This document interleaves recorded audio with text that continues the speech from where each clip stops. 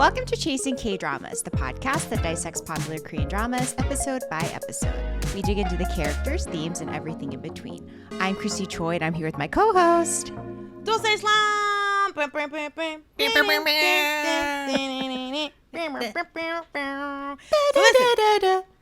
So we're still on our road to 10,000 Sarangees campaign. Be sure to hit subscribe on YouTube and tell all of your friends and other drama addicts about us. And follow and leave a review on Apple and the Spotify's. And be sure to join our official fan club, Club Sarangees on Substack. That is chasingkdramas.substack.com, where you can get bonus content and read our newsletter for $6 a month. And don't forget to call us on our Sarangees Hotline at 213-632. We're just going to have to record this as a thing. And in person, and drop your questions and comments, and you might get featured on the show. So make sure you leave your name and your handles. So, friends, now just to let y'all know, so this is coming out. Chrissy, when's this come out? This comes out next week. Okay, on the 29th. So I'm going to be in Phoenix, July 31st to August the 2nd. I'm going to be opening for Tiffany Haddish. Yay. Yes. On August the 14th, I'm going to be in Minneapolis at the Parkway Theater. Whoop, whoop. And I get to see my auntie Naomi, who is joining us today. And then on the 21st, I'm going to be in St. Louis doing a show at a museum called Gallery Laughs. And then on August 29th and the 30th, I'm going to be in Concord in Portsmouth, New Hampshire, doing some shows out there, making sure the NPR crowd gets to see the kid. Because yes, love it. Nobody, listen, I was on Wait, Don't Tell Me last week, and I love doing Wait, Don't Tell Me. And I also love our special guest for today. Now, joining us for the 14th episode of The Glory, we have Naomi Ko. Now, hello. Now, Naomi is an award-winning filmmaker, writer, actor, comedian, producer, and also co-hosts the Asians in Baseball podcast. Her indie pilot, Nice, was an official selection at the Tribeca Film Festival. She's been featured on Hulu, Netflix, and sold TV and film projects to Warner Brothers and more. She's also a fellow of Sundance, Gold House, and the Asian American Foundation. And she was my very first ever Ani! Yay! So we are excited to have her on today. Yay! Oh, I'm so honored to be on your guys' podcast. Because when you have a guest on a podcast, you have to get to know them, right? The audience has to know, who is this good Naomi Oni? Because me and Naomi, we met at the bachelorette party, Atsuko's bachelorette party. Yeah. Oh, yeah, in the pool. Yes, we met in the pool. There was Airbnb. We met at the pool. She had these basically her own version of BTS showed up.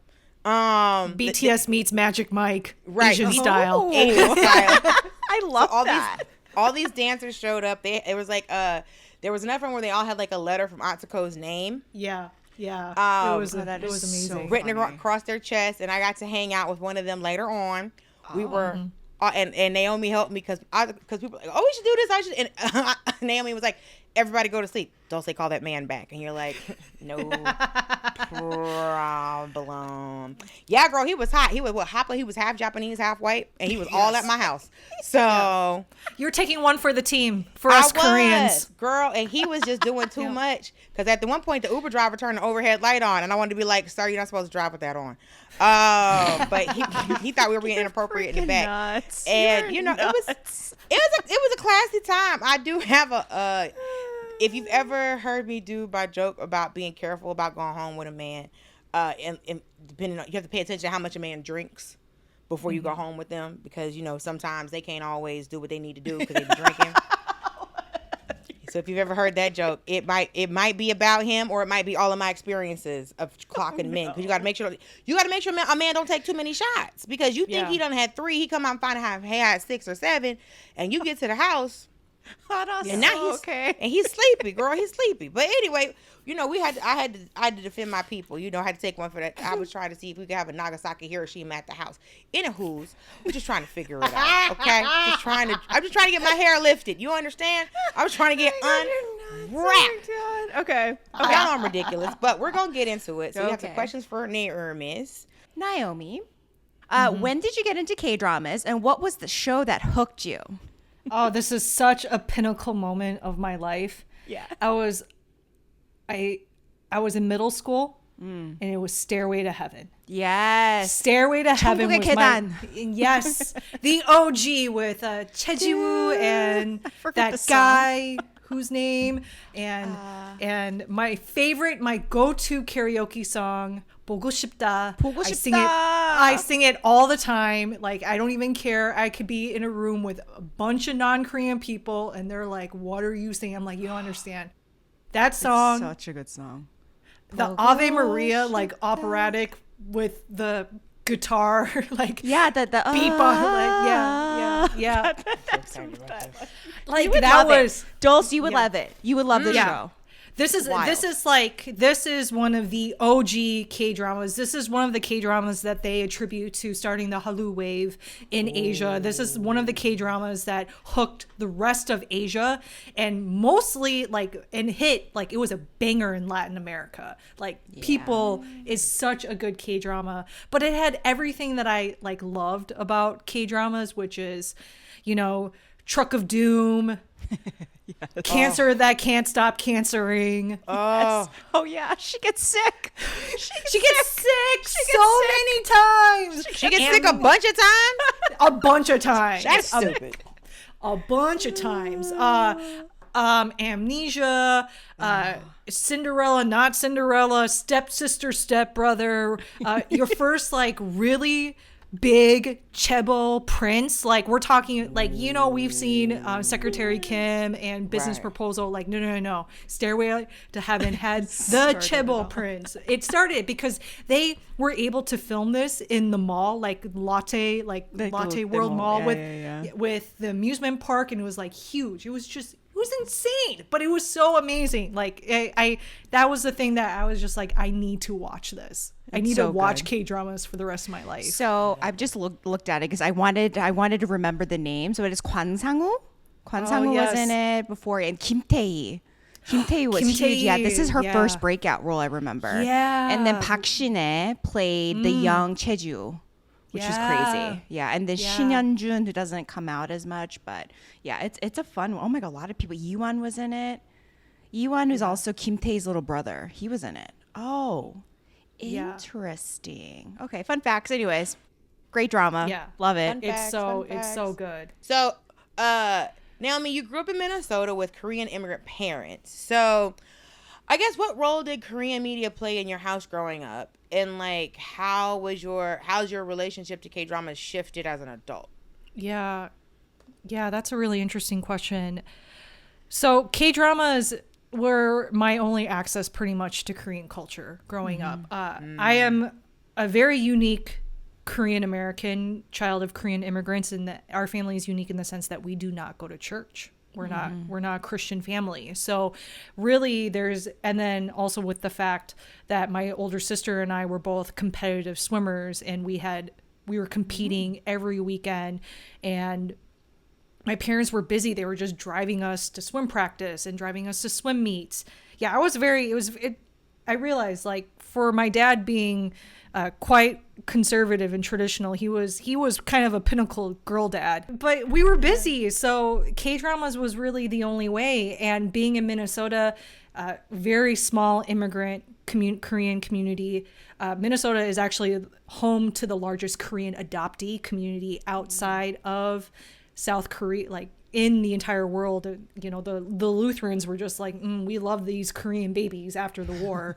And over here, they really the That's Lutherans. interesting. The Lutherans really love that. But we don't have H Mart. There's no centralized Korean community here, not like Chicago, Atlanta, LA, etc. So the Hongkong market, there would be an Ajusshi in the back room just basically pirating these tapes. And And like, Chrissy, do you remember like they would always be in like the vinyl, like plastic white, and then it would be like the Korean, like the way that they wrote, like it was the sloppiest Korean. So like even at times like my mom didn't even know. I was just like, Mom, is this the right one? You know, and she's like, I don't know. I can't read this. It's so sloppy. And we have to go to the Ajusshi in the back room being like, what drama is this? And what episode number is this? Because you sloppily even wrote the number that we can't tell if this is a 1 or a 3. That's so funny. Oh my God. So I mean, K-dramas, it was my lifeline because it was like, with after Stairway to Heaven, I watched all the 4 season K-dramas, like anything that Choi-ji-woo was in, I was down. And then I went, and then do you remember the like half-hour variety show called Nonstop? Oh, I love Nonstop. Yeah. Oh my God. Like the best. With all the college kids, and I was just, as a middle school kid, I just thought, oh my God, these so people cool. are so cool. And did you watch 남자 셋 여자 셋? Yes, it was like the spin their version of the Friends. Yeah, so good. It was so good. Yeah. And then it turned into X-Men, and then the whole variety show thing. And I mean, I was watching some pretty adult stuff, like pretty inappropriate stuff, but because my parents were like, her Korean is not good enough, and also she's young, maybe it won't be a problem. But then also my parents were just like, this is good because this is her Korean immersion class. This is Korean language class. I'm very glad I watched K-dramas as a young person, because for me as a Korean American girl growing up in suburban Minnesota, I was not whitewashed in a way to think that white men were the pinnacle of beauty or hotness, because K-dramas, I was just like, no. These white men have nothing. Nothing on these Korean men. I was just like, have you seen these Korean guys? Like, and they're tall and they're handsome and their hair and their fashion. So since you're a filmmaker and a writer, what do you think K-dramas do well? The twists and turns. Yeah. I think K-dramas do that really well. Like, when I work in the US, and like, for example, I sell projects. I'm trying to sell projects, and I'm working with executives and producers, and they talk about in terms of like, is this a logical twist and turn? Can this thing happen? We don't know if it can happen.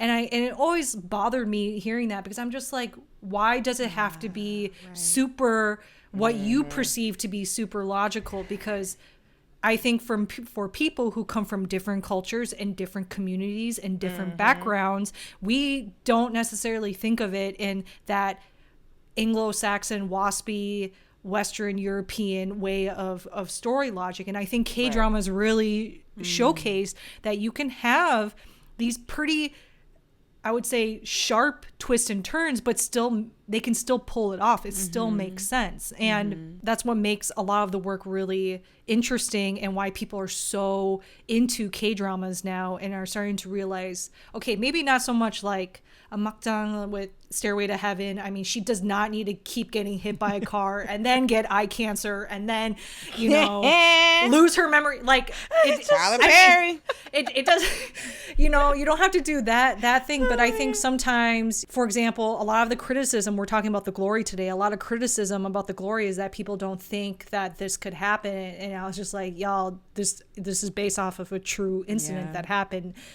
They don't think that teenagers can be cruel to each other? No, they just like, they're just like, how could a teenager burn another teenager with a curling iron? I'm like, how can a teenager shoot up a high school? Yeah, exactly. Yeah. But you see what I'm saying? So you can't perceive, because I feel like it's like you could perceive a white child being evil. Yeah. But because I think a lot of that has to do with that model minority concept, where it's just like, it's because here's the other thing about, like, if you only perceive a culture by watching its TV shows, you're only seeing one side of this culture. Yeah. Like, if you only watch the lovey-dovey shows, then it's like, oh, average Korean man is amazing. He understands. He has all of this emotional. It's like They really don't. Oh, no. Oh, no. Right. Or if you watch an American TV show, it'll make you think that somebody's supposed to be standing outside your house in the rain waiting for you to come home from the airport. Like, all of this is a fantasy.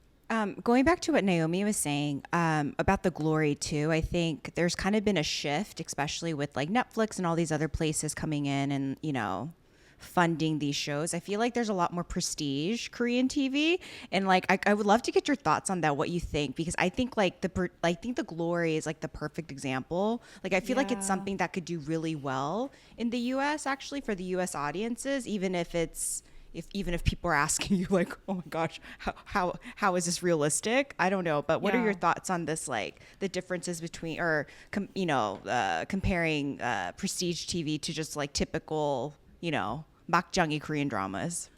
It's a twofold for me, because I think about it like from a story perspective. I like this type of prestige K-drama. I like that the writers are getting more. Well, one writer. It's always one writer. Kim In-suk, our girl Kim In-suk, we love her. Tyler Perry. And I like that they're getting more resources. They have more time. They don't have to write the episode as the drama is airing.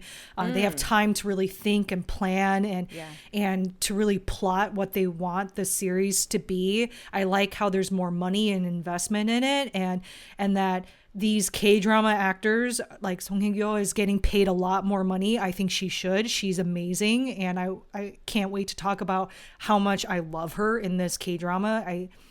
And it's also a double-edged sword, because I'm sure you guys have discussed, Netflix has completely disrupted the K-drama industry, and that KBS, NBC,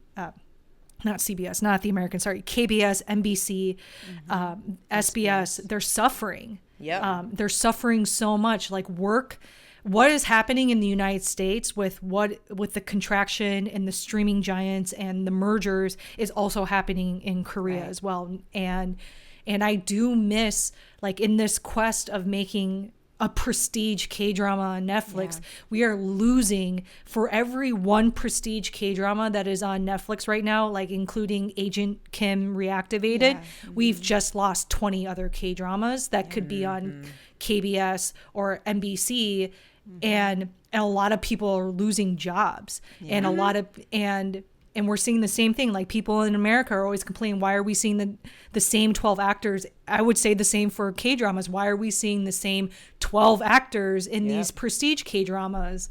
So, I mean, it's hard, because it's just like the K-drama system was so messed up and exploitive, and people were getting burnt out. People were dying. Like, people were dying on set. And like, we're not joking. Like, they're literally dying. They're getting stroking out and dying. God. But then we're losing a whole generation of K-drama writers and actors who cut their teeth on some of these more campy K-dramas on the broadcast, and losing it out to Netflix. And it's hard, because sure, I think in a perfect world we would have, our 5 prestige K-dramas that come out on Netflix per year, but that can't come out at the cost of everything else that's coming from Korea, because that's how you build.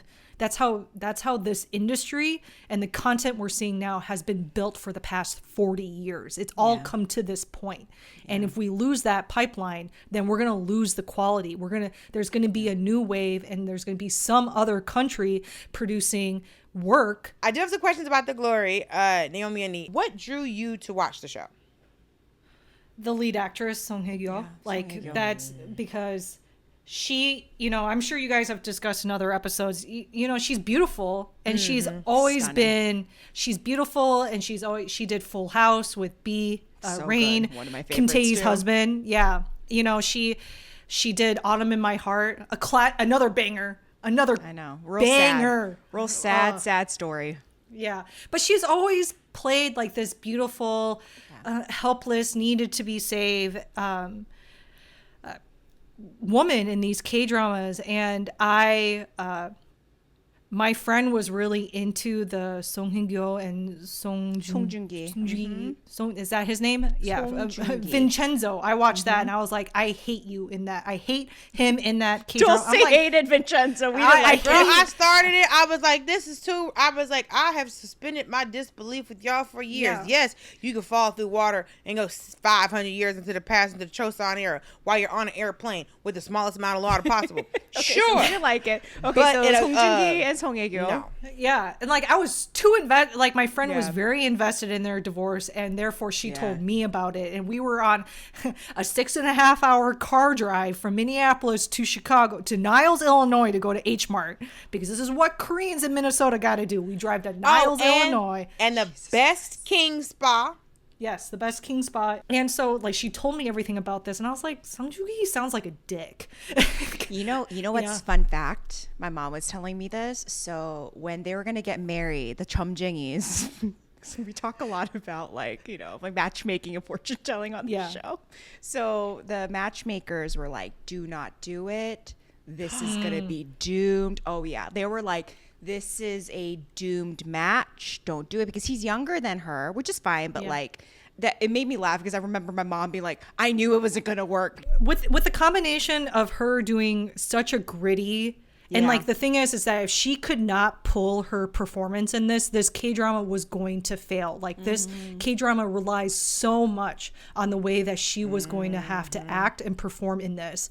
And so I was curious, and also just like I was very curious about this because it came out after my parents and we went to Korea in the fall of 2022, and this was my first trip back in a very long time, and it was my first time actually going with my parents, like as people, where I'm not like, oh my god, I hate you, mom and dad. Yeah. It was like our healing trip to Korea, and I finally like got to know some of my cousins on my mom's side, and like not just be like, oh, we're cousins, but get to know them and their experiences. And one of my cousins was a victim of bullying in high school in Korea, and that made me really angry. And and there's just so many things about what The Glory was touching on that it has happened to people in my family, and then Song Hye-kyo like really stepping into like she stepped into this role. So I was disturbed, but I thought it was bold. Yeah. And I've never seen the opportunity of women in a K-drama or even film, Korean film, be able to be this bold. If you think about Squid Game, if you think about Old Boy, even a lot of people are like, but there's sympathy for Lady Vengeance. I'm like, that's still a Park Chan-wook movie. Like that's still a man. But this is led by women. This is written by women, and it's given it gave women the chance to talk about these themes and do it in a way that didn't feel exploitive. So I thought like I was very impressed by it, but also I was just personally just disturbed because like it's the first episodes when they're in high school. Like these are kids. No, but that's a really good point. I never thought of that actually. Yeah. It's a very female centric story, but you don't have characters like this really. So in today's drama chase, we're diving into episode 14, and once again, it is absolutely bananas. Yeon-jin and the Detective Ajusshi go into full panic mode once they realize Myeong-oh's missing body has been found by the police. Dun, dun, dun. After the devastating apartment fire, Dong-eun finally has her mother locked up in a psych ward / rehab facility. I wasn't sure. One of those. Yeon-jin, ever the manipulator, works Jae-joon again, convincing him he needs to save her and baby Yeshol because he's all they have left, okay? Then Jae-joon, in turn, blackmails Do-young, asking him to be Yeon-jin's alibi for the night of Myeong-oh's murder, okay? Then Yeon-jin's mom kills Hyun-nam's husband by orchestrating an accidental hit and run with her shaman and the Detective Ajusshi. We end with a shaman ritual where Yeon-jin witnesses the shaman get possessed by So-hee's spirit. And in a flashback, we finally learn how and why Yeon-jin killed her. Now, did she need to get possessed? No. Am I glad she got possessed? Yes. Yes. Because we Yes. saw So-hee's spirit outside of the hospital, and she was just like, did I see So-hee? No. And I was like, ooh. Because it's just like if you see an animal or a gun in a movie, you have to use it. Yes. You can't just show a gun in an American movie and be like, you'll never see the gun again. People spend a whole movie, where's the gun? So they loaded up So-hee, and you're just like, you got to use her. It's so Gotta use her. Okay. So the cold open, okay? So we go back to episode 13 where they discover the body. Yeon-jin and the Ajusshi's freaking out, okay? Because they thought Myeong-oh's body was in this funeral home. He's not. Clearly, it's not there. Then they find out that the police discovered it. And then we learn for a fact that it was Dong-eun and Yeojung who moved the body out there, okay? So we know that. So that's all confirmed. So Yeojung, Dong-eun, so smart, right? Yes. And then at the same time, while she's at and she's throwing a hissy fit. Yeon-jin is throwing a hissy fit at this funeral home, and she's like throwing her purse. It's all stuff. She gets a call from Haejong, okay? And Haejong tells her that Myeong-oh's body has been found, okay? She's cursing, she's doing all these things, okay? Then the Ajusshi prepares to flee. So Detective Ajusshi goes home. He calls his sister. He's like, sell the motel. He's like putting all of his money into this, from the safe into a bag. The goon, one of his goons, sees him, doesn't say anything, but he's like, okay. Then he gets a call from Yeon-jin's mom, who asks to meet him for one last time. Okay. And then we go to our key moment, our first key moment. Dong-eun's mom is sent to rehab. Okay. So Yeojung goes back, right? Because in the last episode, we see Dong-eun taking a video recording of her mom putting the apartment on place. It's just freaking wild, okay? So we knew that was going to be a pivotal piece of evidence that they were going to use, right? So it's so smart because they use it. They go to the doctor's office, and she's getting checked out, okay? And it's so crazy the way she acts, or she tries to act normal, and then she ends up completely losing it because she is clearly addled in the brain. And then this is what she is diagnosed with. This made me laugh. Delusion of persecution, intermittent explosive disorder, and alcohol use disorder. But like, what is delusion of persecution? That made me laugh. That's Google Translate for you right there. That's So what that is. That's Papago. That's Papago translation. So delusion of persecution is when you always think that everyone's against you.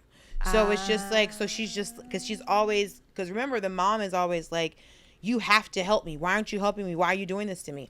And it's a thing that like a lot of people who are addicts, it's a side effect of someone who's an addict because they can never be doing anything wrong. Like, it's y'all are all against me. Why won't y'all help me? Y'all don't understand what I'm going through. And it's the whole, they always have, it's a fancy way of somebody who plays a victim. It's just getting diagnosed with playing a victim. But yeah, it's a delusion of persecution where it's just like everyone's always against you, even when people are trying to help you, because we're all going, hey, you should probably stop using drugs. I don't know why you're all against me. Because you're on drugs. I don't understand why everybody's acting like this. Because you're on drugs. And so you just stop being on drugs. Just stop being on drugs. I can stop whenever I want. Okay. It's like when someone's vaping and they're just like, I can quit this whenever I want to. It's like, yeah, quit smoking that USB and just show me. Just show me. But yeah, she gets locked up in this facility. And what I love is that Dong-eun whispers in her ear and says, I'm the only one who can do this since I'm the only family that you have. Right? Yeah. And this is some old school shit because remember, men back in the day used to have their wives locked up. Yeah. And she didn't have to do any. You've watched enough British television set in a certain period of time where there was always some man with the mistress being like, I bet I can get my wife locked up into a mental institution. She's perfectly fine. She just was like, hey, I would prefer that you didn't have a mistress. And he goes, oh. Hysteria. I'll get you locked up. Hysteria. Yes. Oh, we're going to have this hysteria. Yep. Guess why hysteria and hysterectomy are so linked. That's because they would always connect your mind to women issues when probably you were just correct in what you were saying. But it is interesting because I feel like she had to get, her mom was messing up so many things. And like she said, you were my first enemy. You were the first person that betrayed me. You're the first one that was against me. And I don't think I see this as a betrayal. I think it's Dong-eun's like, she's getting her mom the help that she needs. Yes. It's not really betrayal. She's helping her. Listen, your mama is sitting up yelling in public places. She's the reason you lost your job. And she keeps telling you, no matter where you go, if you use your name, I'll find you. And she put you and herself in danger by setting an the apartment on fire. fire. Like, is this normal behavior? No. Yeah. And so many. I was going to say, like, it's, we talked about this last episode, but we were trying to figure out what she was going to do with her mom, right? Does Dong-eun have what it takes? Not what it takes, but is she not bad? Oh, what's the word? Like, is she going to go so far to, like, is she strong enough? Like, what is she going to do? Is she going to kill her mom? We didn't think she could kill her mom because she's not that kind of person, even after she went through everything, Yeah. But Tae-young does tell her, he's like, you're not going hard enough. He did say that. He did. Because she's not truly like, she's a good person. She's a good person deep down inside. She's a victim. And she doesn't know, like, yes, she needs to, like, get revenge. But when it comes to her family, it's still her mom. What are you going to do? So the best thing is this. I mean, yeah, you're right, Dulce. It's like, I'm going to help you, or I'm helping you. I'm not locking you up. I'm helping you. I'm getting you the help that you need. Question for the group. How do we feel about the mom getting locked up? What do we feel right after the scene happened? Could have happened earlier. Had to happen. But her mom had to. I don't think she had any plan of doing something like this until her mom got her fired from the school. I think that she was just like, I have to, what's the word? Neutralize her, because her mother keeps saying, I'm going to find you. I'm going to find you. Which she could just change her name, which is what we said last time. She could change her name for some reason she don't want to. So her mother's going to keep popping up and asking her for stuff, because it's like, even if you don't come up in a culture with that, that filial piety, it's still, this is your mom, and this is your mom, this is your mom, and then whether she betrayed you, this is your mom, because it's just like, it's Americans, I don't think have a sense of that, but I do know that, like, black people do. Like, as a black person, it's just like, no matter what, that's your family. No matter what, that's your mom. I'm on board with it. I think her mother needs help. I feel like she hasn't had a cup of water in a decade, probably. It was so satisfying. It was like sok 시원해. It's a Korean word that I always use. It's like, it's just so, like, I was just waiting. And I'm glad that she's gone, because my God, what a scary, scary person. Yeah. I think it was critical for her, Dong-eun's character development, because I think she's been so, I think with her mom, that was the one piece that she did not really know how to approach in her revenge plan, right? Because it's just like everybody else that has committed this deep violence against her. It's very easy. It's like very black and white, right? But the mom isn't. And I think it could have just been very easy for her in some way to just ignore her. But for Koreans, like, it's not even the filial piety is one aspect of it, but like Koreans do not like to admit that any mental drug, alcohol, no one wants to be committed anywhere. It's just like everyone is such in deep denial, and especially that generation. It's just, it was a good thing for her, Dong-eun's character development, to just be like, I could have dealt with this situation with more violence and more pain, but she chose to kind of ignore that and walk away. And then also, like, if you think about it on the other end, her mom is also a liability in terms of safety. The next scene, so it's Hara, okay, our girl's Hara, she gets bailed out, okay, and she is acting very rude to her mother, and I don't understand, because her parents are doing everything for her to help her, right?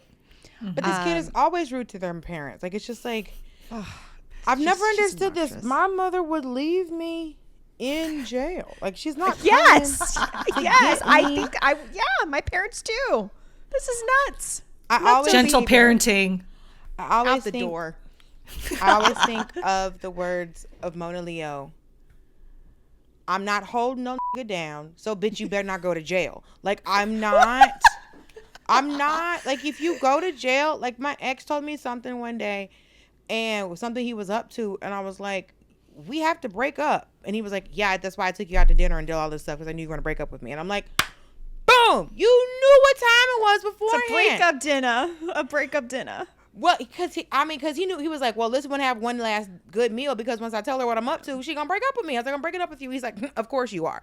So I just don't understand. Like, there would have to be very specific circumstances where I could call my mother and go, hey, I'm in jail. This is what happened. And if any of them were something like this, I'm not wasting my phone call calling Goldie to come get me, because she's gonna be like, girl, you wasted this call. I hope they give you another one, because I'm not coming.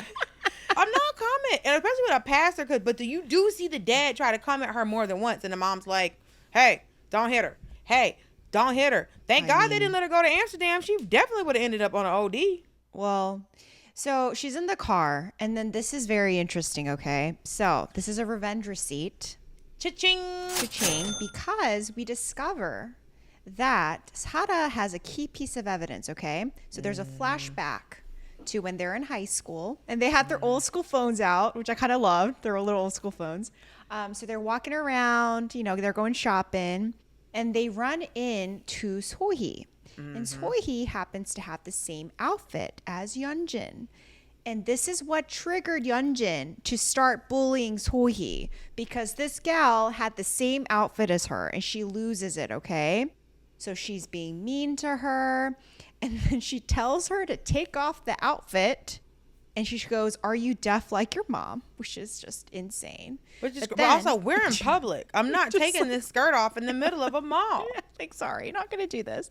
She also says, I'm going to kill this bitch. This is what Yeon-jin says about So-hee. So Sara has all of this over a skirt. Like, everybody wasn't going to the same stores wearing the same stuff. How many girls in your high school were wearing?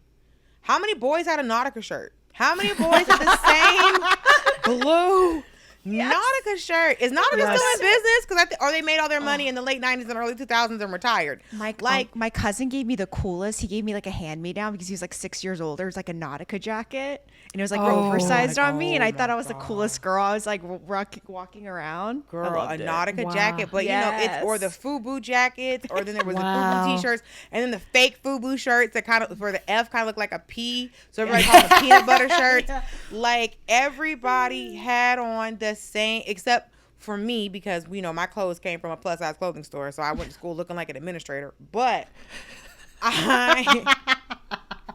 you didn't wear a 14 when you were 14? Yeah, definitely like a vice principal at school. And so every once in a while I look my age, depending on what Rainbow was selling that week. Yeah, this was a wild thing to me, because she's like, well, mine isn't even name brand. And I'm like, I think that made her more mad, because this knockoff was so good. And then she's like, well, no, mine's not a knockoff. Hers is a knockoff. It's like, but they look pretty much the same. So the next moment is Do-young meets our Dong-eun again, okay? This was interesting because he's like reading. So the letter that goes out public, the handwritten letter, was from So-hee's mother, right? And she was talking about So-hee. So it wasn't even like about Dong-eun's experience. It's all about So-hee's experience, which is interesting. And then he is obviously disturbed by all of this, right? So he meets with Dong-eun and he's like, hey, is it true that Yeon-jin bullied So-hee, And then she like, bullied me. What are you talking about? I know. So I was a little like, this part, I was like, what are we talking about? You saw my scars. Like, what? You're calling me out being like, are you sure she did this? What do you think, asshole? Like, you saw them people did in that restaurant? I got eye gold in a restaurant. What you mean? Yeah. And, and then, his big shock is the fact that this girl got pushed off a building. And again, it's like, did you not see the burns? Like, your wife is capable of just horrible things. Like, why is this surprising to you? Basically, she's like, I need to know well, he asks for So-hee's information because he wants to apparently meet with So-hee's mom, I guess. And she's like, I need to understand if you're trying to help her or you're going to help us. Like, which side are you on? And this is true at this point. Like, my biggest question for Do-young is like, what are you doing? Like, you have all the evidence that you need, right? Like, you know, like, so you got to decide, are you going to stay with her or are you going to turn against her? Because, right? like, what does he plan to do, like, with So-hee mom's address? Like, go to the house and kneel and let her throw water over him? Like, what Kimchi slap moment. Right, kimchi slap. So he's just supposed to sit there and go like this for his wife? It's like, that's what's supposed to happen? I don't understand what he's even supposed to... What's he going to do? Send this lady money retroactively before his wife... Koreans love doing that. Sending out... I'm not guilty money. Yeah, they're not guilty. I'm not guilty money. Which in America is your guilty money. So... I don't understand how it's like, I didn't do it, but here's some money. Girl, of course you did it. You gave me money. Yeah, and this is interesting. He asks her, he's like, hey, you know, the easiest way to have tortured Yeon-jin was getting to Yesol, but why are you protecting Yesol, right? And she says, it's because she didn't want to hurt Do-young. And this is why, y'all, this entire series, I remember this because I was like, oh, this was the moment when I was like, oh, they should be together. Like, they're not going to be together. But I was like, she kind of has, he's like, I don't know. Obviously, she doesn't like him. But the giddy side of me was just like, ooh. Because he didn't do anything wrong. So it's just like, he didn't, because like it was so funny to me how Yeon-jin was always worried that something was going to happen to the baby. She would always check to see if the baby got burned, or when she came home from the being on anesthesia that she got burned. Like, she was so worried about the revenge being physical that she wasn't thinking about the revenge being mental. And so it's like, it makes sense. She's like, well, I didn't want to hurt you. You didn't do anything wrong. And then, because before that, she apologized to Yesol for being like, girl, I'm sorry. This is off of your wild ass mama. I apologize. And so she didn't want to hurt him too. But it's like, I mean, it's like she's trying to make sure that there's no collateral damage in this situation. Yeah, yeah. Which I think is also what Do-young mean, where it's like, he's like, you're not going hard enough. Because she's not trying to hurt anybody but the people who hurt her. So Do-young asks Dong-eun if she truly believes her revenge is going to make her happy. And then she says that she hopes so. She wants to be so happy that she could almost die. Like, that's the expression she uses. I thought this was really... it's a pivotal moment, just because I think it's the first time we ever hear Dong-eun say that she wants to be happy. Right? Yeah. It's always been, I want revenge. But it was never like... I want to heal. I want to be happy. I want to move forward. So I think as her character develops up until this point, I think this is a key. This is good, you know, for her, right? This is growth. I think Hyun-nam tries to ask her this, and she doesn't want to. Yes, answer it. in the previous episodes, yeah. Sorry, Naomi, what were you saying? No, I think this is a really great moment, and I think it's just like, so I've been thinking a lot about Korean folktales, and so much of Korean folktales is about a vengeful ghost, right? There's there's a story about the daughter of a magistrate who is essayed by a man who wants to be with her, and then he kills her and buries her body, and her father, the magistrate, thinks that she ran away, and her spirit is so angry, and she haunts people, and finally the future magistrate like recognizes her pain, and then finds the person who essayed and killed her, and then he gets punished, and then her spirit is able to go in peace. And I think so much about like Korean culture and folk tales is this type of happiness never happens in your actual lifetime. It gets avenged after. You have to be a spirit. You know, I think about So-hee a lot. Like you don't get the opportunity to heal in the lifetime. Like, Koreans don't think about that. Like, that's so not part of our culture. And so for her to say that she can finally heal and therefore die, and not, because I think about that phrase, and like, she's so happy she could die. It means that she she doesn't have to be a ghost to finally get that vengeance, that she's finally empowered enough to be healed. And so I think that's so important because, you know, Koreans, we're such a grudge. We hold on to grudges and we never let go, and we're always like that lingering quest for the Han. It's not even like, I feel like it's more than the Han. It's something else. Like, but to hear like she wants to be happy and happy enough, that she could go on to the next life peacefully. That's so big. Yeon-jin goes and sees Jae-joon, and at this point she's just like, no one is by her side. She knows that Do-young's not going to help her. Her mom is kind of like MIA at this point. So she's like, what do I do? What can I do? The only person she can turn to is Jae-joon, right? Which is kind of scary because we also know Jae-joon's not that stable either. And I think she also is not that dumb. She knows he's unstable as well. So she's basically like pulling the whole like damsel in distress, like, you've helped me before. I'm your, I'm the mother of your child. Are you going to let us die? Like, all this stuff. So of course he falls for it. I thought he wasn't going to fall for it this time because in the last episode, he's decided to make a move on Haejong because he wants Haejong to be Yesol's mom now. You know what I mean? So I was just kind of like, this is, I don't know. Again, this is another like twist and turn. Like I expected him to really like go after Yeon-jin, but no, he's fallen for it. He's like, okay. And he drops Haejong like a hot potato, you know? He's like, Haejong who? Because he can finally get because the thing the whole time was he just had to get scraps, right? Yeah. And if you're someone who is accustomed to getting scraps, then you're just like, okay, this is where I'm at. And when now there's a chance for him to be able to eat, she's in a compromised position. I can help. You know, I have proof that this is my daughter. I can save her. I can do this. I can save her. I can have our family. We can be a family, right? Yeah. So I don't think he's falling into her manipulation. I think if anything, he's finally getting what he wants, no matter how he can get it. Yeah. Yeah, it's because if you look at her face, go ahead. Yeah. No, and also like Haejong is not like of the same class and stature, and this whole show is all about class.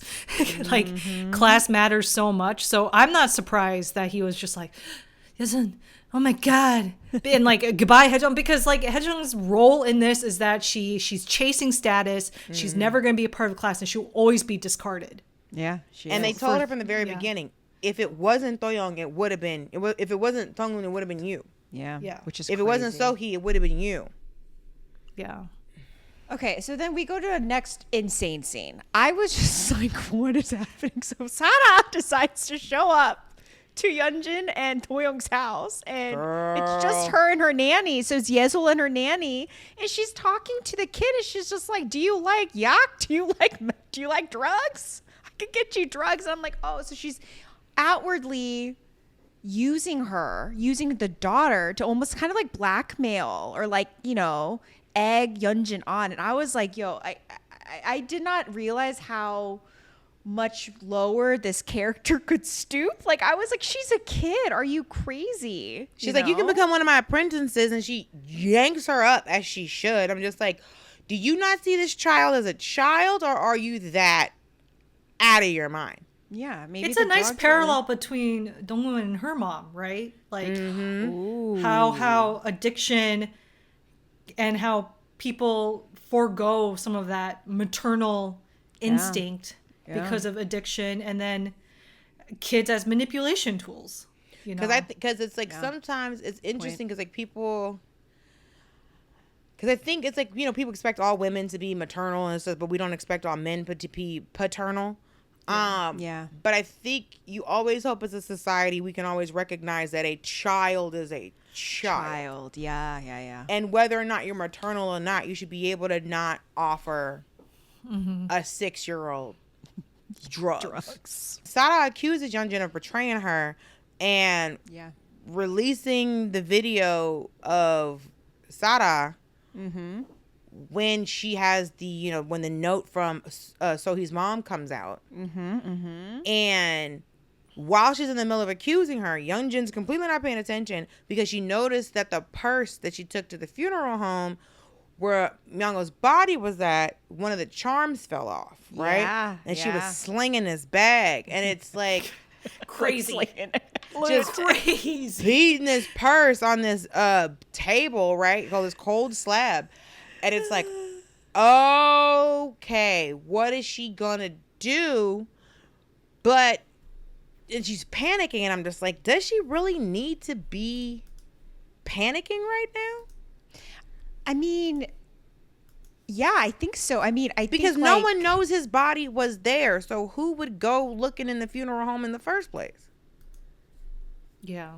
Oh, Does she good point. need to be panicking right now? No, unless Or like, is it because they know whoever knew? So, or it's just she panicking because, okay, the body was at the funeral home. Somebody moved the body to where it got dumped. Whoever moved the body also knows about the funeral I think that's what home. it is. I think, And right, then it's yeah. okay. They have evidence that I was there because you found a whole body and moved it. So if you Yeah. can get my charm, but then it's also like, girl, 1,000 people got this purse, but her fingerprints are probably all on it because it's a charm on your purse. And if you have a charm on your purse, you always touching the charm on your purse. I also think she's trying to figure out if it's Dong-eun or not, because I don't think she's an idiot. I think she knows that Dong-eun is onto this, so she's probably freaking out. Like, what is Dong-eun gonna do with that piece of evidence? If she found it, what's gonna happen? You know. But it's interesting though. You know, going back to Sara and Yeon-jin, like it's so brilliant how Dong-eun has orchestrated all of this. Like, legit, Sara thinks that it's not Dong-eun, that it's Yeon-jin who released it, but we all know that it's Dong-eun. So it's like so crazy how she's like playing with these guys. Like it's nuts. So does Sara think that Yeon-jin set her up with the drugs too? Possibly. Why would she yeah. do that? They've been fine the entire time. Or is it like you knew the leak was coming, so you set me up? Yeah, something Yeah. like that. But yeah, why so would I she think think that Sara's it was not in her right Yeon-jin? mind either. Okay, Because because Haejung was feeding her stuff. Haejung was like, "Hey, did you know? Did you know that all this stuff's coming out when you're in jail?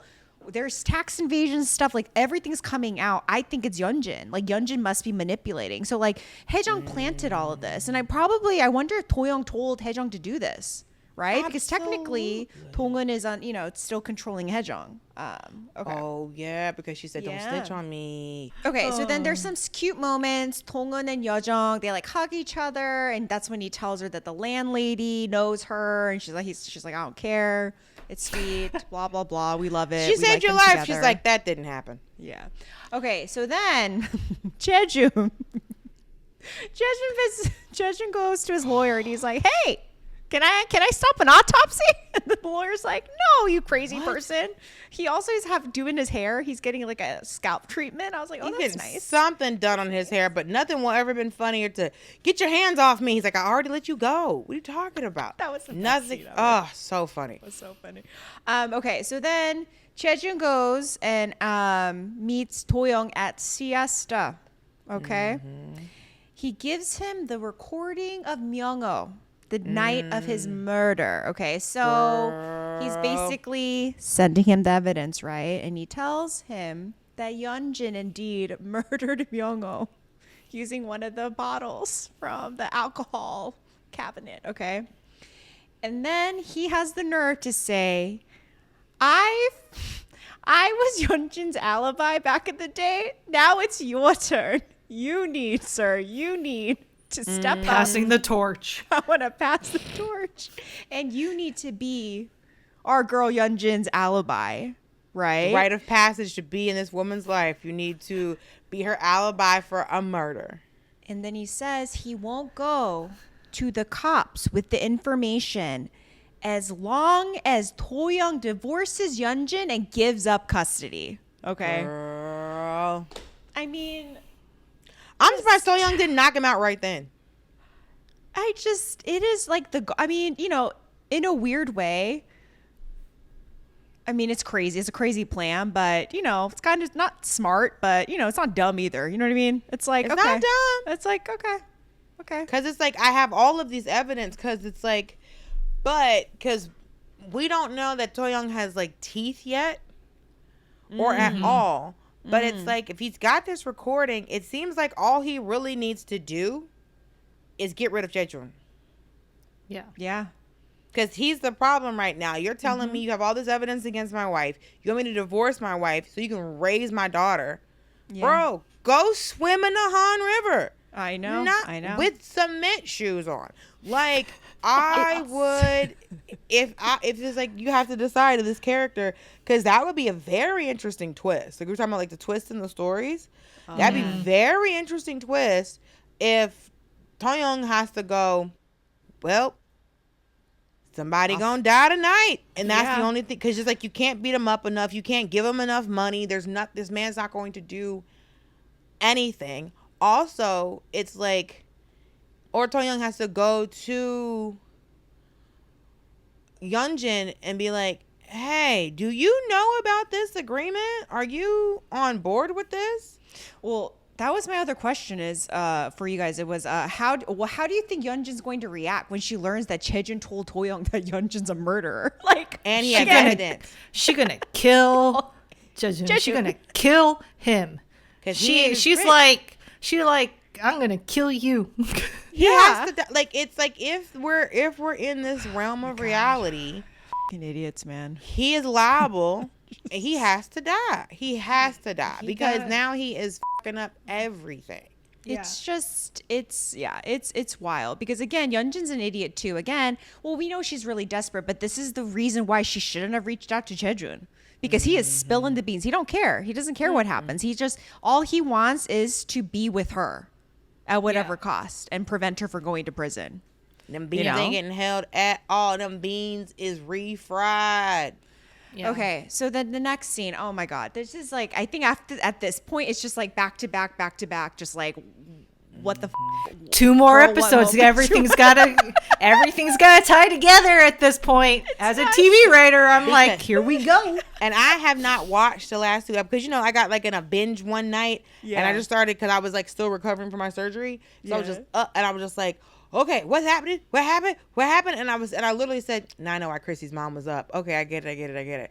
And I literally had to make myself go to bed. I was like, I can't do this with them. You need the anymore. rest. I have to go to bed. Yeah. I have to go to bed.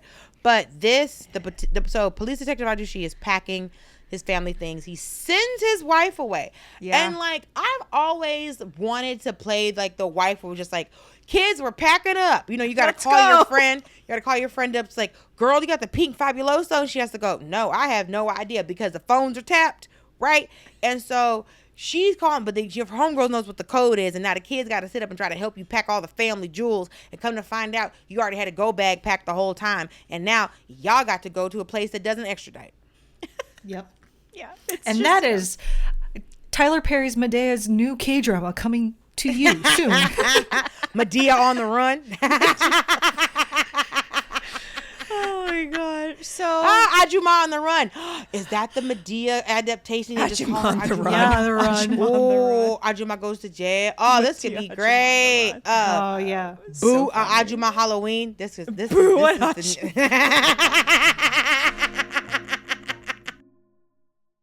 Yeon-jin's mom calls him. She's trying to meet him, right? And so she cleared out her safe. She's got the cash, but then she's got Yeon-jin's name tag. Why did she not get rid of this during Obama? She could have thrown it in a fire. no, I think I think her mom's crazy. I think she kept it on purpose. I think this woman, given what she does in this, like, the next scene, I think she held on to it just in case, you know? Like as a trophy or as a way to manipulate her daughter in the future. To manipulate her daughter in the future or use against her daughter. Just have it in her back pocket just in case something goes awry. This woman clearly has she is not... Yes, she's her mom, but I don't think she has true allegiance to her. I think she's out for only herself because you see her acting in this like crazy way, you know? So she decides to give the shaman, right? Remember the whole thing was like, She can give the shaman money, yeah. yeah, she wanted the shaman to help her get rid of Hyun-nam's husband, right? She's like, I got 1 billion won. You come over to my side and help me, I can give you this 1 billion won, right? That was just the equivalent of like $1 million, okay? So she gives her the money, okay? Where does her mother get a billion won from? What did the dad do? What is it's like this woman's been sitting on money for decades, and I'm just like, oh, I got to get like this. What happened? What air? What electronic? What happened?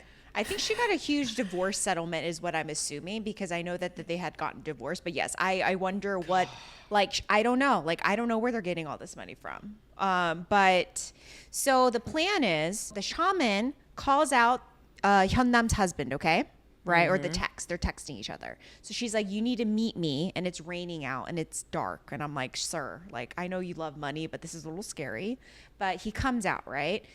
Hyun-nam's husband is super excited to leave. So he tells Hyun-nam, like, don't wait up for me. I got to do something. So he runs out and he's really excited. It's pouring rain, okay? Then the shaman is waiting in the middle of the street in the dark, right? She's clutching the bag of money, right?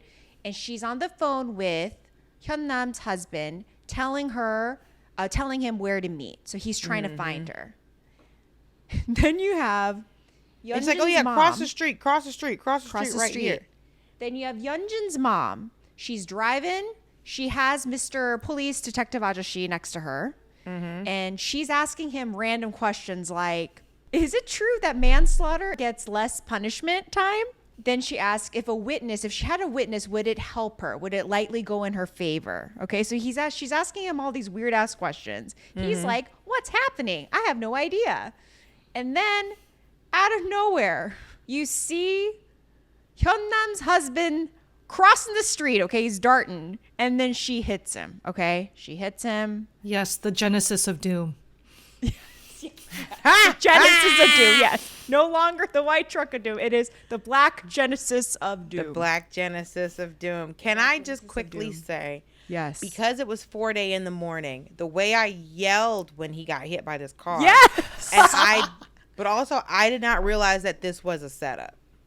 I didn't realize that she's this was a setup. crazy. I did not realize this was a setup accident, because the way the shaman runs away with that bag of money, I was like, oh, she didn't expect this to happen. Oh, he was just crossing the street. Because I was like, where is this lady going? Where are they going? Why are they driving down this road? So yeah, this because because when you're up late watching a show and you have to read what's happening, sometimes you miss stuff. And I completely did not understand that this was a setup.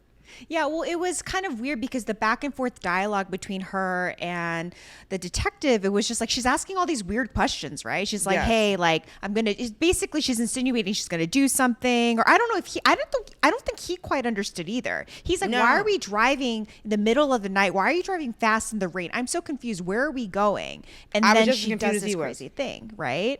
So it just tells you, yes, she is diabolical. Like, this is nuts. What a plan. What a plan for her to like set up, get all these people involved. They have no idea, right? So anyways, they hit Hyun-nam's husband. Detective Ajusshi's freaking out. He's like, oh my God, what are we going to do now, right? And then he's like, I wasn't drinking. I was on the speed limit. It was raining. It was an accident. And then she accuses him of teaming up with Hyun-nam's husband to blackmail her.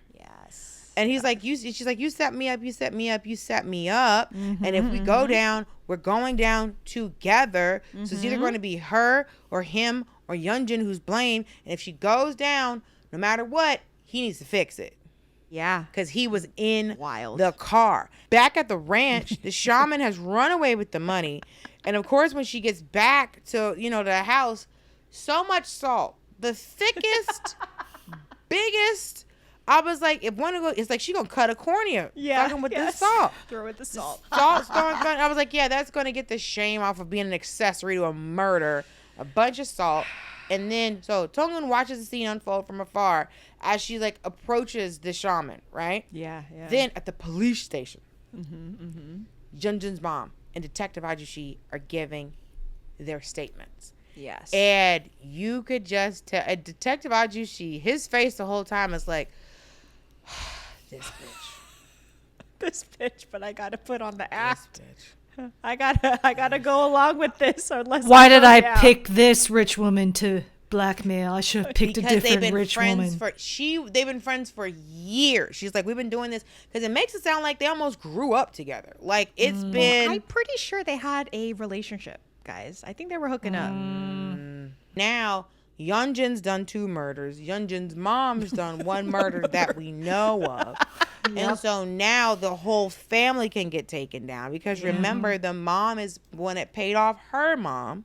And had her mom betray her in the first place, right? Yeah. And So- then the This goal is like- was, and the goal is to have Yeon-jin is going to have no one around her, right? She's gonna have no one by her side, right? Unless That's her the and her mama ultimate end up goal. in the same prison. Yeah, the same.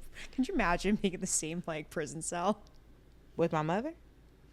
Yeah, like imagine if the Yeon-jin and her mom did that. That'd be kind of crazy. Oh my God. I wonder, because I mean, there's got to be worse women Give than me the them. chair. Give Give me the chair. I don't need to live. Crazy. Like, I don't need to get away live. from me. Then we jump. Yeon-jin goes back to the funeral home and she's trying to look for her little charm, okay? She's going around in the dark, she's looking, and then Yeojung pops out of nowhere and he's like, oh. Flicks the lights on. I know. And this is funny. She goes, I was looking for the bathroom. I was like, that's kind of funny. I laughed. She did say that. I was like, Right, because like, you know, when I have to use the bathroom, I drive clear across to the other side of town, walk through a fence into an abandoned building. So he scares the bejesus out of her and she's like terrified. She's like, oh, and she like runs out, right? And she's trying to leave, but the gate is locked. Of course it's locked. She didn't unlock it. She talks to Yeojung. She's like, what did you do to me the day at the clinic? Don't listen to Dong-eun. You don't know the full story. Okay? And then he stares at her. And this is when his face like switches. Like this actor, honestly, Lee-do-eun, he's so good at this. He goes He's from so like good. sweet, innocent, happy to like evil. And he goes calmly. He's like, he can tell based on the scars how awful it was for Dong-eun, and he calls her the devil. He's like, you were the devil, right? And then he hands her the charm, and she's just like, gulp, you know, so now everyone knows. And as, you know, she leaves, she gets a message from her mom saying, like, she's at the police station and to come get me. I'm at the police station, which you never want to have to come get anybody from. No. Police station. It's never Okay. going to be good. So then Dong-eun meets with Myeong-oh's detective. Remember the guy who doubted her? Because she was actually telling him a lot of stuff. She told this detective, hey, you need to look into all these people. Like, I have all the evidence. And he was like, what? These are powerful people. You should be careful. You know, you shouldn't be saying things that aren't true. He didn't believe her. But now he's almost accusing her of, you know, feeding Myeong-oh information, right? So it's almost kind of like he's accusing her and making her into the suspect. So she's kind of like, I already told you the truth. You don't believe me. So she tells him that he needs to check for So-hee, right? For the So-hee case, he needs to check and see if there is a lighter, right? A lighter, and you need to check. He needs to check the DNA on this, right? DNA test, it seems like it lasts a long time because there's a couple of people who've, like, from murder cases from the 80s where they tested DNA and it was like, oh, yeah, this wasn't them. It's kind of crazy how long it lasts, you know? Crazy. Yeah. Like how long a hair lasts in a Ziploc bag. It's wild. Okay, so then we learn that Do-young is getting ready to ship Yesod off, which is the smartest thing he's done so far, okay? So he's talking to his lawyer and he's like, okay, he's preparing all the paperwork. So now we know Do-young is planning to send Yesod off, okay? Then Yeon-jin picks her mom up from the jail. Then they go to the shaman's place, okay? And then Yeon-jin gets a call from her goon saying that Hyun-nam's husband died in a car accident. Yep. And she looks at her mom and she's shocked. And she's just like, oh my God, okay? So But also Yeon-jin- now she has nothing to hold over Hyun-nam because Well, Hyun-nam's that too. husband is Yeah, dead. yeah, So that now too. she has no leverage and there's nothing to force her Yeah. to, because she, remember, she was like, I didn't give your husband any money today. So prepare to get your Yeah. ass whooped. Yeah. Yeah. Okay. So now we go to your girl what moment. So Naomi and me, we have moments in every episode where it's where I pick a moment where it's like, girl, what? Because it truly makes no sense, right? So now, because then we have a kind of like a repeat of like now You see Yeon-jin's mom laying on the floor, and just with nothing, the same way that like Yeon-jin was laying on the floor when Do-young came to get her. Yep. But the shaman is performing a ritual, right? Basically, it's just like, hey, this thing happened. The shaman needs to perform a ritual, and so she is in the middle of all of this, and she becomes possessed by So-hee's spirit. And so she asks if she could take her clothes off and give them to Yeon-jin. And Yeon-jin's like, wait, what? What are we talking about? Right?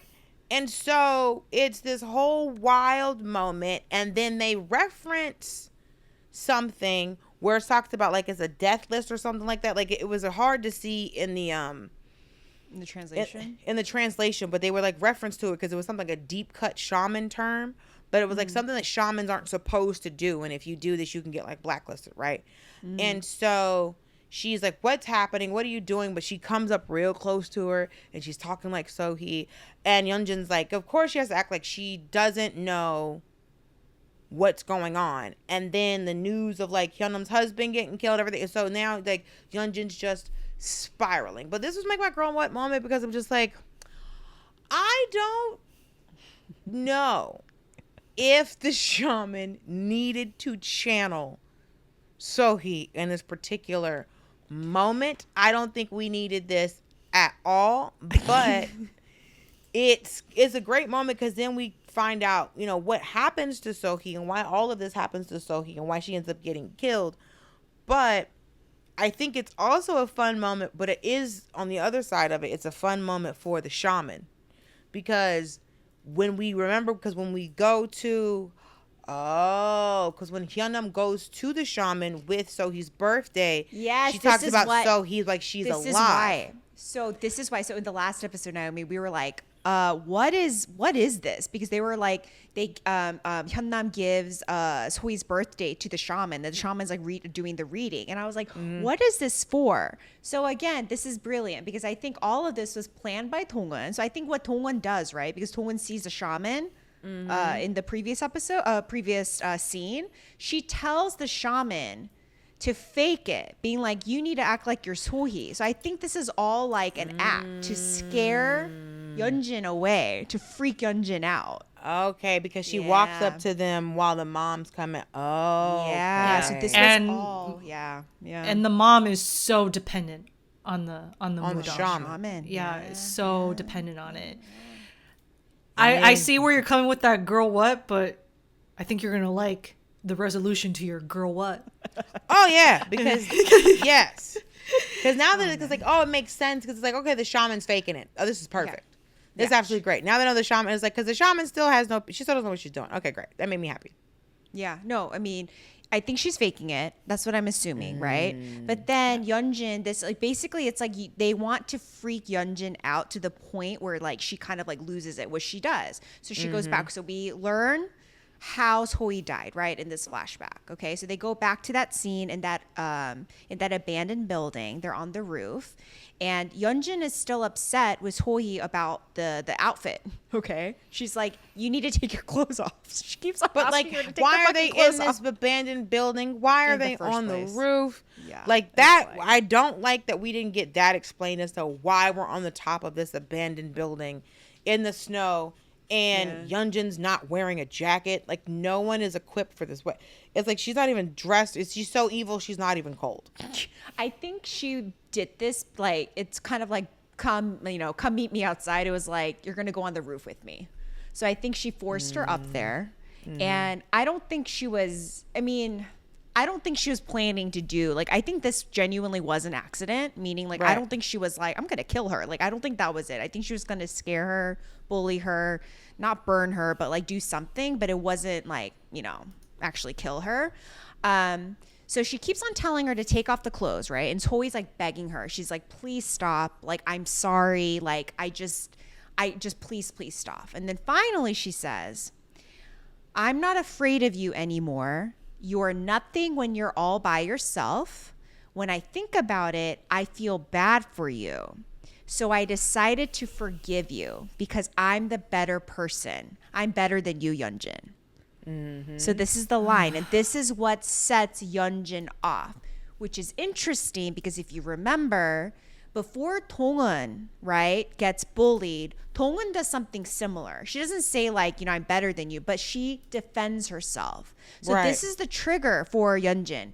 Yeon-jin cannot have anyone challenge her. She needs everything her way. And again, true psychopath, like she can't handle the fact that someone is pushing back. And this is what makes her go crazy. Is the same thing. So all So-hee was doing was So-hee was being like defiant and saying, no, like I'm not, you won't bully me. I'm not going to let you bully me, And this is when she gets super upset. She lights So-hee's sweater on fire, and you're just like nuts, right? She's and begging. that's why I was like, how was this even ruled a suicide? Yeah. Her sweater was on fire, and then she fell backwards. It's just like who could have believed that this was a suicide? So it's just like, before I do it all, I'm gonna set my sweater on fire. You sound insane. Yeah. So then, she keeps on pushing her towards the roof, right? So she's on fire, so she's freaking out, So-hee. So she like lunges and she's trying to get Yeon-jin to help her, right? She grabs Yeon-jin's name tag, and then Yeon-jin is like, she's like caught off guard, and that's when it happens. She accidentally, it seems like, pushes her off the roof. Because she's on fire. She's on fire. So I guess in Korean schools they don't teach the kids how to stop, drop, and roll. I guess not. They did not teach the kids in that school to stop, drop, and roll. That's all she needed to do. That's all she needed to do. It was everywhere. Like all you need. Oh my god! All she had to do was stop, drop, and roll. But then she could have rolled off the roof. So the same thing could have happened. But it's like, I don't understand why she didn't run around that girl. And it's like, you got to because like, there's a lot of things happening. Sweaters on fire. But yeah, I guess stop, drop, and roll was not something that they were taught as children. Also, how many kids set themselves on fire? Because I always thought about this as a kid. I'm just like, man, stop, drop, and roll has saved lives. But also, what was going on where we were just like, we gotta teach these kids how to put them those people that like, what's it? Is it a pyromaniac? Pyromaniac, yeah. I don't understand. There would be kids like obsessed with fire. I'm like, why are y'all obsessed with fire? It's terrifying. It's so scary. Some kid, lighting a match and throwing them, and lighting a match and throwing them. I'm just like, hey man, you obviously don't have any adult supervision. No. Let me go back to my house, because I can't trust you, because sometimes because I've been seeing like some kid like light it and like throw it at another kid. I'm just like, it's like insane. Your parents don't know what you're up to right now. Okay, so she falls. Then like Yeon-jin is visibly like, she is terrified. She's like, oh my god, what did I do? Right? She calls her mom. And then she tells her mom it was an accident. She didn't mean to do it. What is she going to do? She's just joking around. And then, of course, her mom's just like, were there any witnesses? just insane. So she tells her that she's going to handle it, that she's going to get police detective Ajusshi to help, that she needs to leave immediately. So she starts running off. But in that process, she drops the lighter that the Myeong-oh's detective is going to test, right? So then you also see that below, when So-hee falls, you see Dong-eun, right? It's the scene that always plays. Dong-eun was there. She heard the cell phone ring. She heard all of it. She heard the conversation. She witnessed all of it. So that's how she knows. Because she was sitting there moping because she just got kicked out of school. Yeah. Well, she was forced to leave because of the form, right? Okay, so then Hyun-nam goes to the morgue to identify her husband's body, right? There she's sad, she's grieving, she's crying, she's like wailing, okay? And then she comes out and she's still crying and wailing, but then we discover she is crying tears of relief because she's so happy he's dead. And I also think it's kind of bittersweet for her, I'm sure. Like, she, still her husband. Yeah, he was a lunatic and he was abusive, but I think I'm sure there's a lot of feelings swirling there. A lot of feelings. It's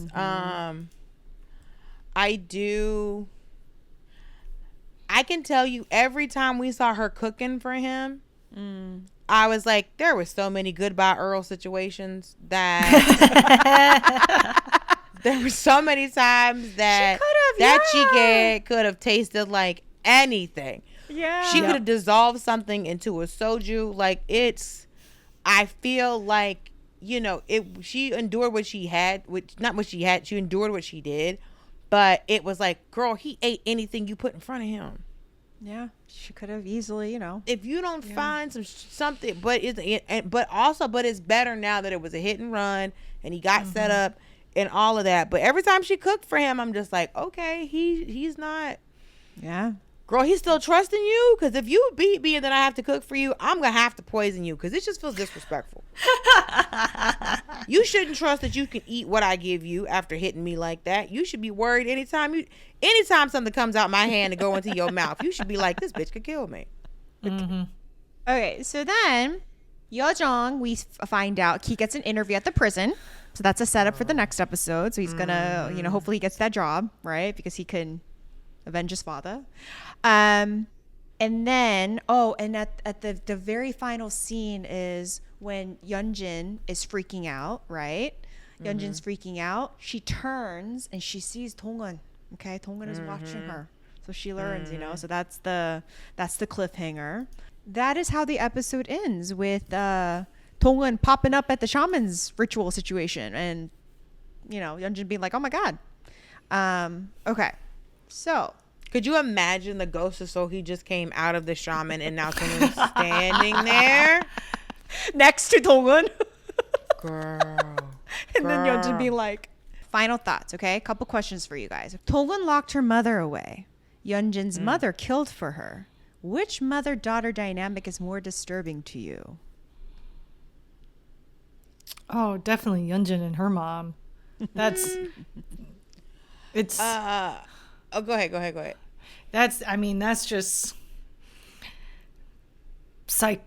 narcissism, psychosis, delusions of grandeur, manipulation, premeditated murder.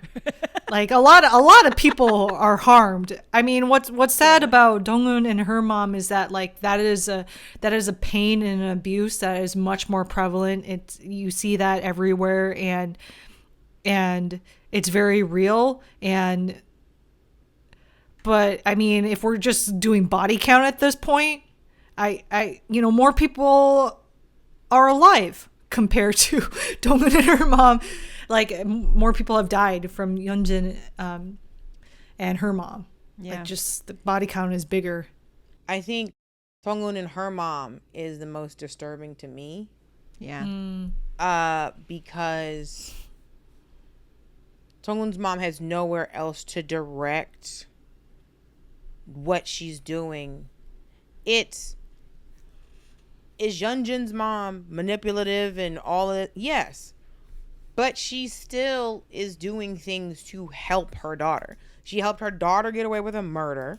Yeah. She is making sure her daughter married well. She had a police detective in her pocket to make sure that her daughter wouldn't have to face the consequences of her actions. All of the things that she is doing. Then she only killed Hyun-nam's husband because this man was saying, your daughter killed 2 people, not 1. And you're going to have to give me money. And she's like, oh, you're not going to take my daughter down. So now, yes, her mother is narcissistic and all of that, but her mother did all of these things to cover up all of the awful things her daughter has done. Dong-eun's mom was her first enemy, was the first person to betray her. Her mother left her homeless at 16. Yeah. So it's the if you're talking about dynamics, how they treat the world, because it's like we don't know how much damage Dong-eun's mom has done, but it's just she's got some random boyfriend all the time. She's just sitting up doing drugs, drinking, whatever. Is there a body count when it comes to Yeon-jin and her mom? Yes, but all of Yeon-jin's mom's actions have been for the benefit of her daughter. All of Dong-eun's mom's actions have been to hurt her daughter. Because she cannot leave her. She went looking for her. Anytime she's like, her mother's like, her mother goes, no matter where you go, I am going to find you. With blood is thicker than water. You owe me, you owe me, you owe me. I should have gotten rid of you. Yeah. It's Yeon-jin's mom. It's like, this is this is my crowning glory. Like, this is my baby. Like, I have to keep her. Even though the situation is messed up and what they're doing is messed up. Yeah. Yeon-jin's mom's still trying to help her. And Dong-eun's mom's trying to destroy her and take advantage of her. You know, and what's interesting is like the outcomes of everything, right? Like, you have Dong-eun, who grew up in an abusive household. She had to do everything on her own. She had no support. She had no money. She had to do everything. But yet she came out of this, right? I mean, granted, because of all that she endured in high school and all of that. But she still comes out of this as, and we'll see how it ends, but right now it seems like she's on a better path than Yeon-jin, right? Yeon-jin, the opposite, is like, she grew up so privileged. You know, she had everything that she wanted and could have in life. Yes, her mother was supportive and like helped her, but then her upbringing also caused her to believe that she had no consequences in life. So she faced, like, she's never had a single hardship. Everything was taken care of. And now she's on this, like, basically her mom set her up to go on a path of destruction, you know? So it's interesting. But I see both sides though. You know, it's both like, you know, because it's like it's a good way to show the dynamic of how you can put yourself first, like the way that Dulce was describing, and harm your child, but then you can have the ambition for your child and have that hurt the child and everyone around them. So it's an interesting way to like look at how parenting, in particular this type of motherhood, has manifested, and how they both have harmed, but harmed in their own unique special ways. Yes, because then you look at Yeon-jin, and Yeon-jin isn't mothering her child. You can tell the way her mother. no. But it's like, but her mother, no, because Yeon-jin tells Yesol, money's everything. Money's all you need. But she's not like mean to her. Like, I think I'm pretty sure Yeon-jin's mom was kind of like, you know, your typical Korean mom, highly critical. I don't think she was nice to her. You know what I mean? But I think Yesol, the way Yeon-jin, I think, is still trying to treat. Like, yes, like so far, Yeon-jin isn't a bad mom. I think she's a good mom. She's only teaching her child horrible values. Like, you know? So, yeah. She's a good mom, but she's a bad person. Because it's like, she's not telling her, she's like, because she's not telling her daughter to be mean. You know, money is important. She's not telling her to put other kids down. But it's also when she tries on the shoes and all this other stuff, we have a secret. We don't tell daddy that you can't see these colors because she has to be this way. So, but she could be early on teaching her daughter you're better than other people and all this other stuff. She could be doing that, but she's not doing that. Let's go through like the revenge track and revenge receipts. Mom committed to the rehab facility for the fire. Yeon-jin's mom kills Hyun-nam's husband, and Hyun-nam is free. And then Dong-eun shows up at the shaman's ritual. And the revenge receipts is Sara's old phone with the So-hee bullying videos. And then Dong-eun points the detective towards the lighter. So those are the cha-ching, the revenge receipts. Naomi, what are your thoughts? Man, I watched this episode before I came on to be on this podcast, and I kind of forgot, like, because I binged it one weekend. I was just like, I binged it over 2 weekends, when part 1 came out and then part 2 came out, and I was just like, I'm in it. I was like, I'm Korean, I love the taste of revenge. But just watching this one singular episode, I was thinking, this might be too much for me. That I watched it at 3:30 p.m. Yes. And I'm thinking, the light, there's too much sunlight. This is too much on this July day. And I was thinking, I walked my dog after I watched the episode, and I reached down to touch grass. I felt like I needed to not just say the phrase, but to live it and practice the phrase in real life. I was like, this is what the earth feels like. I can tell you, when I first started watching the show, I said to Christina, I can't watch this show at nighttime. I had to watch it during the day. A lot of times I would watch it because I was like, I don't want to watch this while I'm on the road. So I would watch it on like either a Sunday evening or like, oh, we have the podcast at 1. let me watch this. And I'm just like, I'm glad the sun is high in the sky. But when I binged it, it was at night. And I'm like, this show is so much more intense at night. Yeah. It's something about being in your room by yourself, and it's just the darkness of night. And you're like, oh, this is insane. So thank you to Naomi O'Neill for coming to talk to us. No, thank you so much. Thank you. The glory. It was good to have your perspective. It's always nice to talk to one of my O'Neills and to catch up and stuff. And the show is absolutely wild. And so if you felt like that you needed to go touch grass after watching this episode, then wait until we get into episode 15, because next Wednesday we're going to chase the 15th episode of The Glory. And friends, Sarangees, what do you think of the pod? Submit your questions, thoughts, prayers, rants, or whatever at chasinggadramas@gmail.com, or call us on our Sarangees Hotline at 213-632-6865 and leave us a message. And we'd love to hear from you directly. And be sure to follow us on our socials and subscribe and follow all of the things. And so we're on YouTube and Spotify and Apples. And tell your favorite drama addicts about us. And thank you so much for listening. And thank you so much for watching. And we'll see you on the next K-Drama Chase. 사랑해. 사랑해. Hello, Dulce and Chrissy. I really love your podcast, Chasing K-Drama. It's honestly been my go-to for every Wednesday or Tuesday whenever you guys post. I'm always looking forward to it. And all the dramas you guys pick are always heartfelt, and I really enjoy how you guys perceive it and how you guys talk about how the directors did this or the producers or whatever. No one I know enjoys it as much as you guys, and it's just, I feel at home when I'm listening to you guys talk about it. So I hope you guys keep this up and fight in and sarange.